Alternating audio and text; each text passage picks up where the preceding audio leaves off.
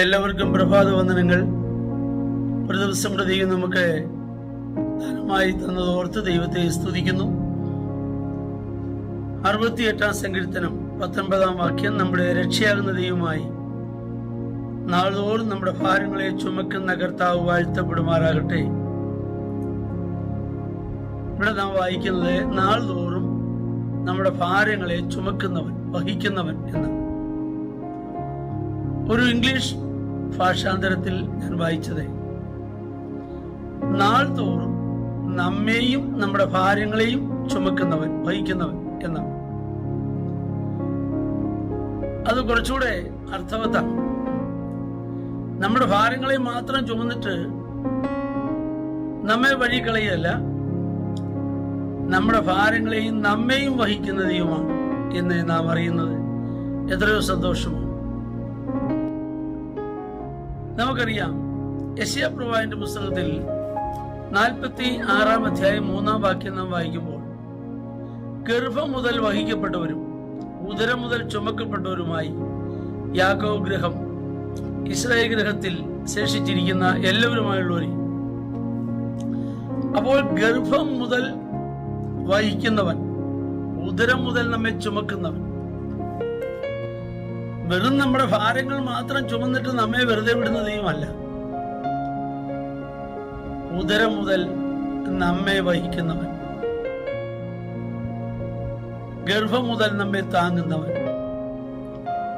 മുൻപോട്ട് വരുമ്പോൾ നമ്മെയും നമ്മുടെ ഭാരങ്ങളെയും വഹിക്കുന്നു.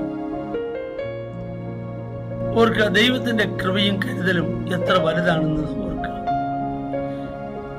ഇന്ന് എല്ലാ കാലത്തേക്കാളും സാധ്യതകൾ, യാത്രാ സാധ്യതകൾ, ജോലി സാധ്യതകൾ, പഠന സാധ്യതകളൊക്കെ ഉള്ള ഒരു കാലഘട്ടത്തിലാണ് നാം ജീവിക്കുന്നത്.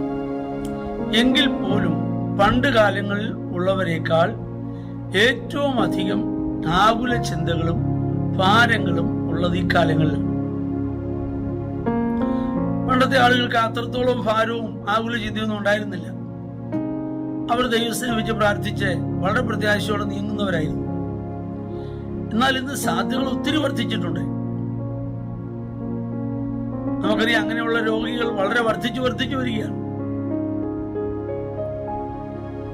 അപ്പോൾ മനോവ്യസനം, ഭാരങ്ങൾ അവർക്ക് വഹിക്കാൻ കഴിയുന്നില്ല. തിരുവഴുത്തിലുടനീളം നാം പരിശോധിക്കുമ്പോൾ പല ഭക്തന്മാരും ഈ അനുഭവങ്ങളിലൂടെ കടന്നുപോയവരുണ്ട്. ഉദാഹരണം, അബ്രഹാമിനോട് ഒരിക്കൽ ദൈവം പറഞ്ഞു, ഞാൻ നിന്റെ പരിചയം അതിമഹത്തായ പ്രതിഫലമാകുന്നു എന്ന് പറഞ്ഞു. ഉടനെ അബ്രഹാം ദൈവത്തോടൊരു ചോദ്യം, അത് ശരിയാ, പക്ഷേ നീ എനിക്ക് മക്കളെ തന്നില്ലല്ലോ. എന്റെ സർവ്വസമ്പത്തിനും അവകാശി ഈ ദമസ്കക്കാരനായ എലയാസർ അല്ലേ? ഉടനെ ദൈവം അവനോട് പറഞ്ഞു, നീ ആകാശത്തിലെ നക്ഷത്രങ്ങളെ നോക്ക്, നിനക്കവയെ എണ്ണാൻ കഴിയുമോ? നിന്റെ സന്തതി ഇതുപോലെയാ. പറഞ്ഞാൽ അൺകൗണ്ടബിൾ ആയിരിക്കും നിനക്കുണ്ടാകുന്ന ബ്ലെസ്സിങ്സ്. നമ്മൾ വ്യാകുല ചിന്തയുള്ളവരാകരുത്, ആകുല ചിന്തയുള്ളവരാകരുത്. നമ്മെയും നമ്മുടെ ഭാരങ്ങളെയും വഹിക്കുവാൻ ഉദരം മുതൽ നമ്മെ വഹിക്കുന്ന ദൈവത്തിന്റെ കരങ്ങളിൽ പൂർണ്ണമായി സമർപ്പിച്ച് പ്രാർത്ഥിച്ച് നമുക്ക് എത്ര ധൈര്യത്തോടെ ആശ്വാസം പ്രാപിപ്പാൻ കഴിയും.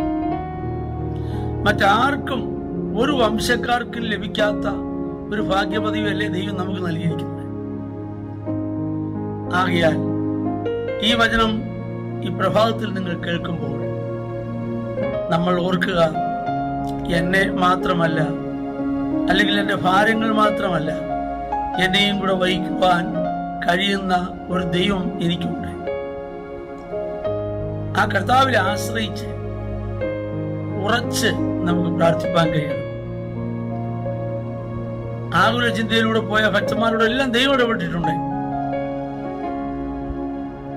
കഴിഞ്ഞ ദിവസം ഞാൻ ഓർപ്പിക്കുകയുണ്ടായല്ലോ, ഏലിയാവ് മരിക്കാൻ പോലും കൊതിച്ചു. ദൈവം പറഞ്ഞു, നിനക്ക് ദൂരയാത്ര ചെയ്യാൻ ഇനിയുണ്ട്. അപ്പോൾ നാം ആകുല ചിന്തകരായി പോകാതെ വേണം നമ്മുടെ ഭാരങ്ങളെ വഹിക്കുവാൻ കഴിയുന്ന ദൈവത്തിന്റെ കരങ്ങളിൽ സമർപ്പിക്കുകയും നമുക്ക് പ്രാർത്ഥിക്കുകയും ചെയ്യാൻ കഴിയുമോ? നാൾതോറും നമ്മെയും നമ്മുടെ ഭാരങ്ങളെയും വഹിക്കുന്നവൻ.